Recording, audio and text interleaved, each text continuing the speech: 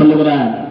பணக்காரர்களே, கோடீஸ்வரர்களே, லட்சாதிபதிகளே, நீங்கள் எல்லோரும் இடத்தில் வாருங்கள், நான் உங்களுக்கு இளைப்பால் அருள் செய்வேன் என்று ஆண்டவர் சொல்லவில்லை. வருத்தப்படுகிற நம்மளை பார்த்து ஆண்டவர் சொல்லுகிறார். அருமையானவர்களே, இந்த தேவன் நம் கண்ணீரை மாற்றுகிறவர், இந்த தேவன் நம்முடைய பிரச்சனைகளை மாற்றுகிறவர். நம்முடைய போராட்டத்தின் வாழ்க்கையில கலைந்து திருவிழா இருப்பீர்களா?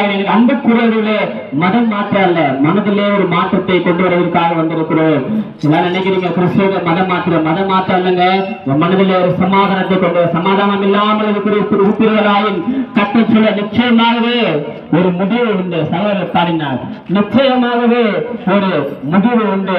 நம் நம்பிக்கை வீண் போவதே இல்லை. அருமையானவர்களே, நிச்சயமாய் நம்முடைய வாழ்க்கையிலே உபத்திரவம், தரித்திரவம், கடன், வியாதி, வியாகுலம், வறுமை, வேலையில்லா திண்டாட்டம், பசி, பட்டினி, இப்படி அநேக காரியங்களை நாம் சிக்கிக் கொண்டு சமாதானம் இல்லாமல் நாம் அலைந்து திருவமாயின் கர்த்தர் சொல்லுகிறார், சமாதானத்தின் தேவன் நம்மோடு நமக்கு சமாதானங்களை கொடுக்கிறார். அவர் வல்லவரா நல்லவரா இருக்கிறார். அருமையானவர்களே, ஒரு காலத்திலே இந்த ஆண்டவராகிய இயேசு கிறிஸ்துவை அறியாத நாட்களிலே நாங்களும் கூட ஏனோ தாழ்ந்து வாழ்ந்த நாட்கள் அநேகம், பாவத்திலே சாபத்திலே வாழ்ந்த நாட்கள் அநேகம்.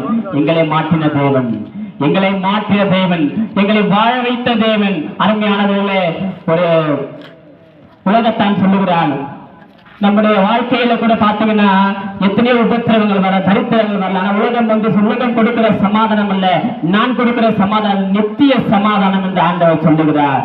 யாம் பெற்ற இன்பம் பெருக வையகம் போல நாங்கள் பெற்றுக்கொண்ட இன்பத்தை நீங்களும் பெற்றுக்கொள்ளதா இந்த இயேசுவை குறித்து அறிவிக்க வந்திருக்கிறோம்.